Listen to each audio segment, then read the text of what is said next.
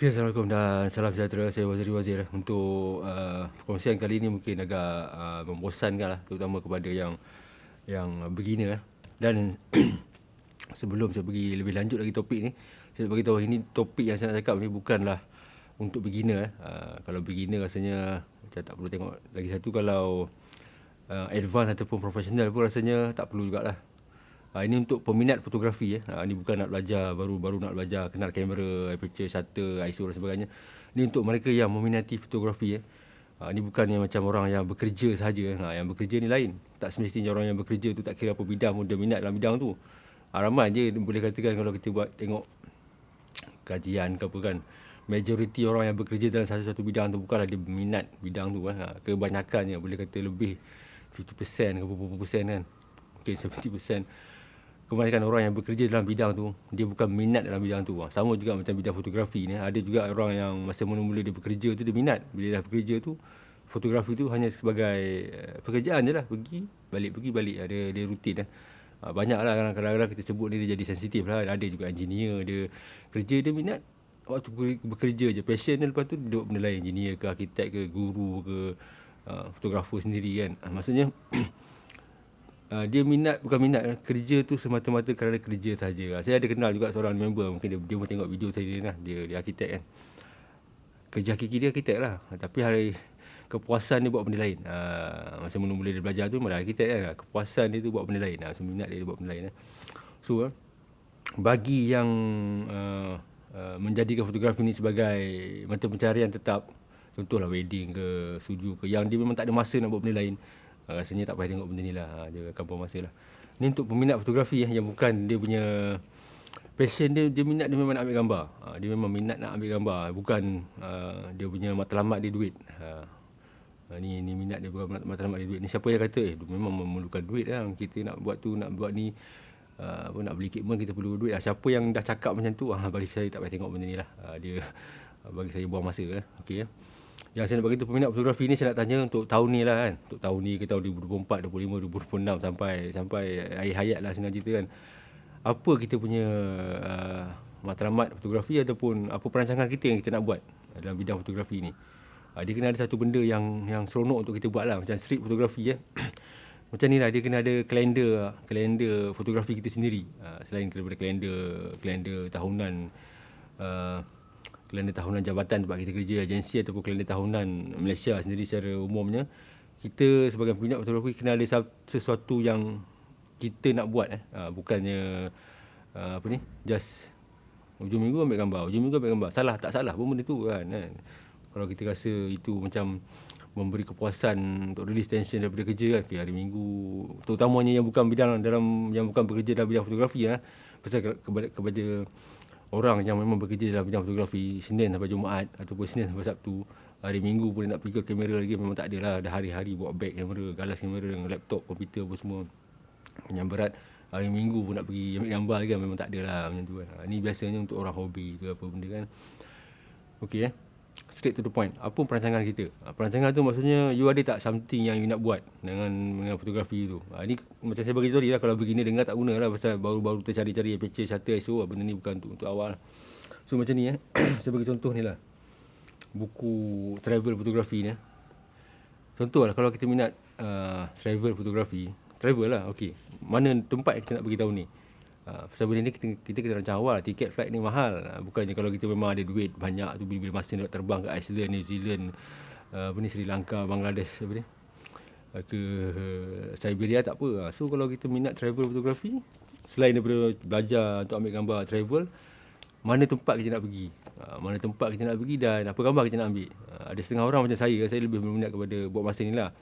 Mungkin antara perancangan jangka panjang saya nak ambil gambar festival di seluruh dunia. Terutama kita mulakan dengan di Asia dulu lah. ASEAN 10 negara ASEAN. ASEAN ni besar. Kita mulakan di Malaysia, mungkin di Thailand, di Indonesia, di Laos ke, di Filipina kan.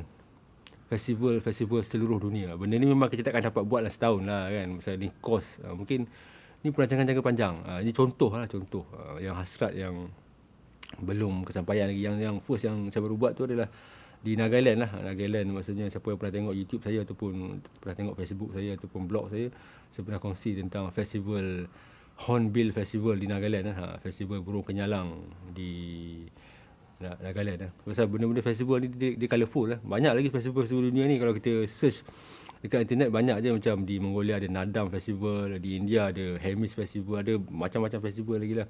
Di South Africa, boleh katakan semua negara di dunia ni memang ada budaya di sendiri dan ada festival di sendiri. Dia ada festival yang besar dan compact yang kecil macam tu.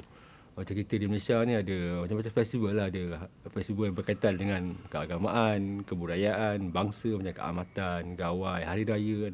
Hari raya walaupun bukan festival, dia satu perayaan yang lah kita boleh tengok orang pakai baju Melayu, baju kurung, dia sesuatu yang menarik lah. Okay, So kalau kita kata minat travel, mana kita nak travel tahun ni? Biasanya kalau betul-betul yang minat travel ni, dia dah beli tiket tahun lepas dah. Siapa beli tiket tahun lepas, pasal tiket tu mahal lah. Kalau 2-3 bulan baru kita nak beli, terutama kalau overseas, yang memang harga dia memang mencanak naik lah. Pasal biasanya kalau orang yang bekerja ni, ada kerja lain ni, bila nak pergi ke luar negara, dia memilih tarikh hari cuti. Tarikh hari cuti time tu lah orang lain pun nak keluar juga kan. Tahun baru Cina ke, cuti sekolah ke, memang flight tiket mahal lah.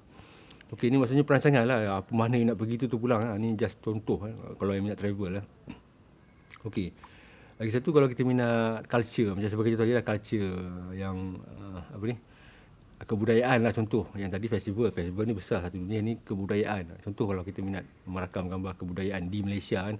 Okey, apa kalender yang kita nak buat? Tahun luar Malaysia 2026 dan start pada tahun ni dah banyak tempat, dah banyak negeri di Semenanjung ni ataupun di Sabah Sarawak sekali, di Malaysia lah yang buat sambutan melawat negeri masing-masing.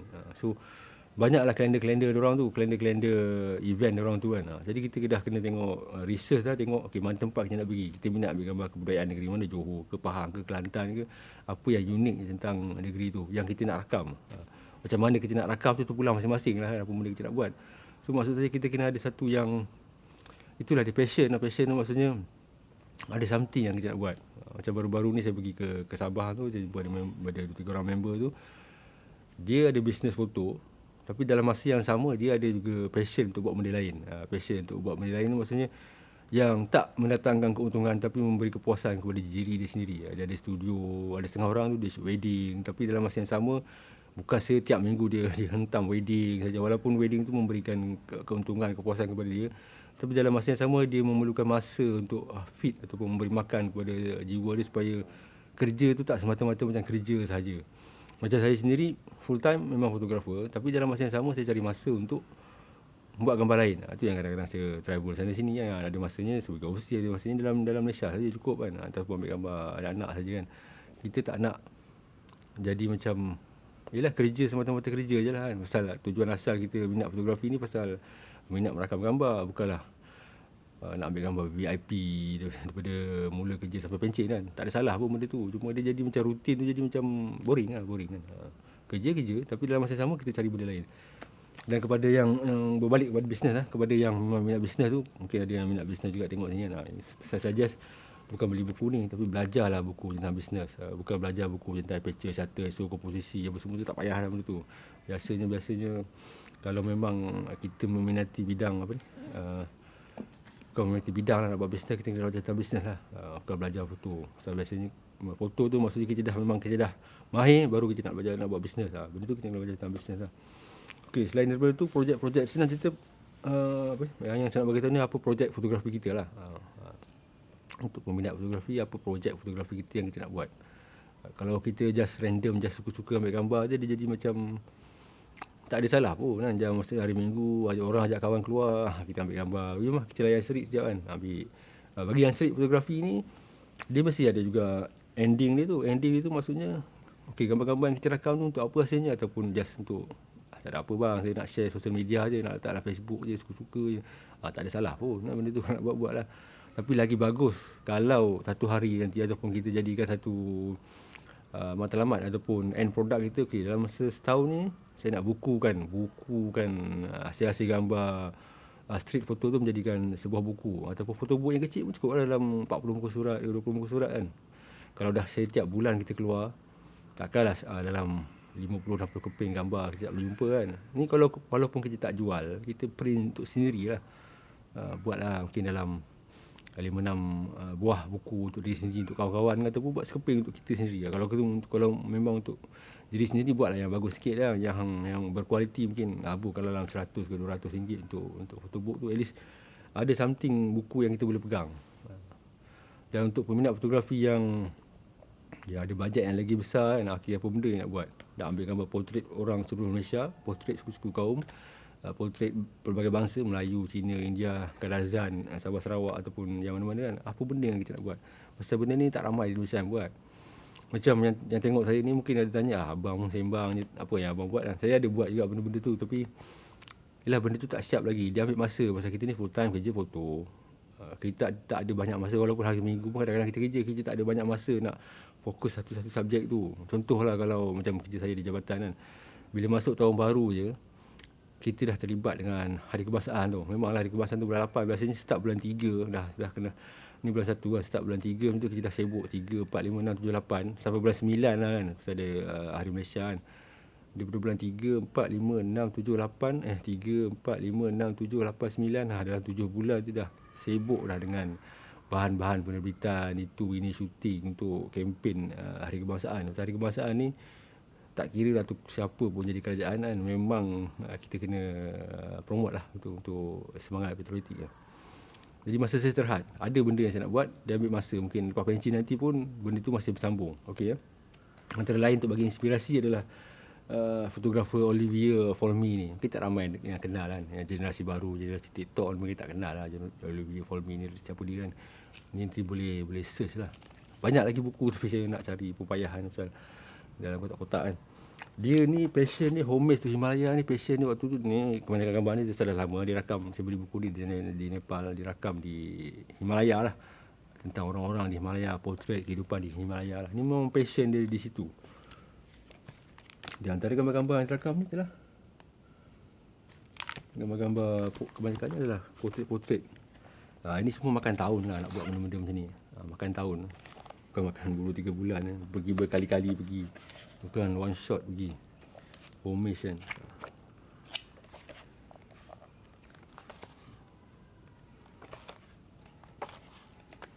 Dia point dia yang saya kongsi ni bukan apa, untuk inspire kita lah, apa benda yang kita nak buat lah. Kalau tak nanti dia just, dia yang sebab kita tadi tu minat kan. Minat fotografi kita ni kat arah mana, apa yang kita nak buat. Boleh tak kita jadikan dia sebuah buku macam ni. Mungkin bukan untuk kita, tapi untuk orang lain lah. Macam dulu ni, zaman filem dulu ni, tak ramai orang berpeluang ke sini kan. Jadi sosial media dulu pun tak ada tu, maksudnya kalau dia nak tengok gambar-gambar di Himalaya ke mana, dia kena beli buku magazine. Sekarang ni kita search YouTube saja dah ada dah benda tu. Tapi tak salah untuk kita jadikan personal project kita. Macam kita boleh jadikan juga kehidupan orang-orang di suku kaum, di pedalaman Malaysia kan. Di Semenanjung ada orang asli, di Semenanjung ni pun ramai. Kalau di Sabah Sarawak ada dia orang punya pelbagai bangsa lagi kan. Jadi orang kata apa, boleh berbalik kepada fotografi projek, apa benda yang kita nak buat. Kalau kita minat nature, okey, di Malaysia ni mungkin kita boleh concentrate air terjun, contohlah idea kan, air terjun tercantik di seluruh Malaysia. Kita search lah, okey, daripada Perlis ni di mana, Sabah, Sarawak, Selangor, Kelantan, Pahang, dekat mana. Itu pantai-pantai tercantik, ini benda-benda besar yang mudah kita buat kan. Lagi antara lain landmark tercantik di seluruh Malaysia, masjid-masjid, kuil, temple yang orang kata apa, yang menjadi ikonik di seluruh Malaysia kan. Kita cuba kita rakam. Maksudnya benda-benda tu tak ramai orang buat benda tu. Pasal yelah, ada setengah orang buat dia mengharapkan duit lah. Maksudnya kalau tourism Malaysia bayar aku buat lah kan. Kalau ni buat aku buat lah kan. Kalau nak pergi saja-saja memang tak ada lah. Tu maksud saya bagi tahu tadi. Ini passion ni yang saya nak beritahu ni, kalau kita sanggup buat benda tu, bukan sebab bayaran tapi mungkin ramai tak tahu. Macam bila saya generasi ni dah berusia nak masuk 50. Generasi muda sekarang ni mungkin kurang membaca. Dia kurang membaca ni, tak tahu kan. Kalau saya sebut jurufoto ni, ramai yang tak tahu ni siapa. Tak salah pun kan. Pasal bukan semua peminat fotografi ni dia nak kaji sejarah fotografi kan. Siapa pencipta kamera, siapa pencipta filem, siapa pencipta itu, dia tak ada masa. Cuma berbalik kepada foto juga, ada juga jenis jurufoto yang berjaya dalam bisnes dia. Pasal kerjaya ataupun personal project dia tu. Sebab personal project dia tu, dia share dia orang punya blog, website. Zaman sekarang ada TikTok, ada YouTube, dapat klien tau. dapat klien bukan sebab klien tu tengok hasil klien-klien yang sebelum-sebelum ni, tapi tertarik dengan hasil kerja jurufoto tu. Macam ada satu portrait fotografer ni, Martin, dia portrait fotografer lah kan. Dia dapat banyak job mengambil gambar VVIP ni dua negara, VVIP, politician, high corporate shot apa semua ni, pasal klien ataupun mungkin pegawai khas dia ke, setiausaha orang-orang politik dia ke, tertarik dengan hasil sentuhan ataupun style fotografer ni merakam gambar suku-suku kaum di sebuah negara tu. Ada setengah tu tertarik dengan hasil jurufoto ni merakam gambar homeless. Homeless ni maksudnya homeless, orang-orang di jalan, dia rakam gambar portrait homeless. Takkanlah homeless tu nak bayar dia 100, 200, 300 kan, memang tak ada lah kan. Dia lah homeless nak minta duit daripada homeless, tak ada. Ni dia pakai kan lighting yang bagus, dia ambil gambar homeless, dia upload dia punya website YouTube. Lepas tu ada orang tengok, macam menarik lah dia punya ni, pun hire dia. Yang dia fotografer ni, kalau saya sebut nama mungkin dia tahulah, you pun boleh google lah. Dia sanggup ke Afghanistan, ke Indonesia, ke India, merakam gambar, macam-macam gambar untuk kepuasan diri dia. Dan sebenarnya hasil gambar daripada yang dia dapat daripada klien tu, yang berbayar tu, dia gunakan untuk feed ataupun dia gunakan sebagai modal untuk dia, orang kata, macam mana, dia jadikan modal untuk membantu dia berkarya tu. Maksudnya contoh macam ni lah, ada orang tak minat wedding, tapi dia buat wedding. Dia buat wedding sebab dia perlukan duit. Okay. Dia perlukan duit sebab nak travel sana sini perlukan duit. Jadi dia buat benda tu. Maksudnya macam tu lah. Bukannya dia buat wedding, dapat duit habis lah. Ni dia buat sesuatu benda yang dia tak berapa minat. Bukanlah bermaksud dia buat benda tu tak bersungguh-sungguh, dia buat betul-betul lah. Tapi hasil keuntungan tu dia gunakan untuk berkarya. Pasal nak pergi sana sini kena berkarya, nak beli lighting kena ada modal lah. Dia jenis macam tu lah. Dan di Malaysia ni tak ramai orang macam tu. Ada tapi tak ramai. Ada yang hanya dalam circle-circle tertentu saja yang kita akan jumpa orang macam tu lah. Yang maksudnya dia berjaya dari segi bisnes, tapi dalam masa yang sama dia ada benda, ada masa. Dia peruntukkan masa untuk buat benda-benda lain juga. So kepada adik kakak atau orang baru yang meminati bidang foto, yang tak tahu hal tuju kan, cuba tetapkan satu benda yang kita nak buat, personal project ataupun foto essay ke apa yang benda kita nak buat. Yang ramai orang shoot street ni pasal tak salah pun, pasal kadang-kadang dia tak tahu apa benda nak buat tu. Tengok ramai kawan shoot street, dia pun pergi shoot kan. Tu yang ada mentor 2-3 orang tu, yang tu bagus lah. Tapi dalam situ kalau ada satu percambahan idea yang lagi besar kan, okay, kita cuba shoot street seluruh Malaysia pula. Dia mula di KL, di Pening, di Sabah, Sarawak, Pantai Timur kan, di Pahang, Kelantan, Terengganu semua. Dia jadi lebih meriah benda tu kan. Dia jadi satu. Dan kalau ada mentor ke ataupun orang kuat dalam tu, boleh je kumpulkan sikit benda-benda tu, jadikan sebuah buku tahunan. Jadi benda tu akan jadi lebih menarik lah benda tu kan.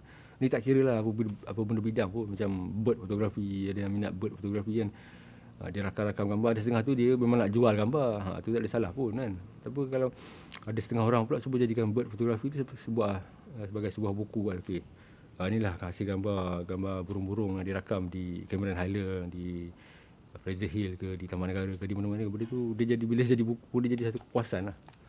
Ini bagi saya lah, mungkin bagi jenis baru ni tak puas, saya tak tahulah.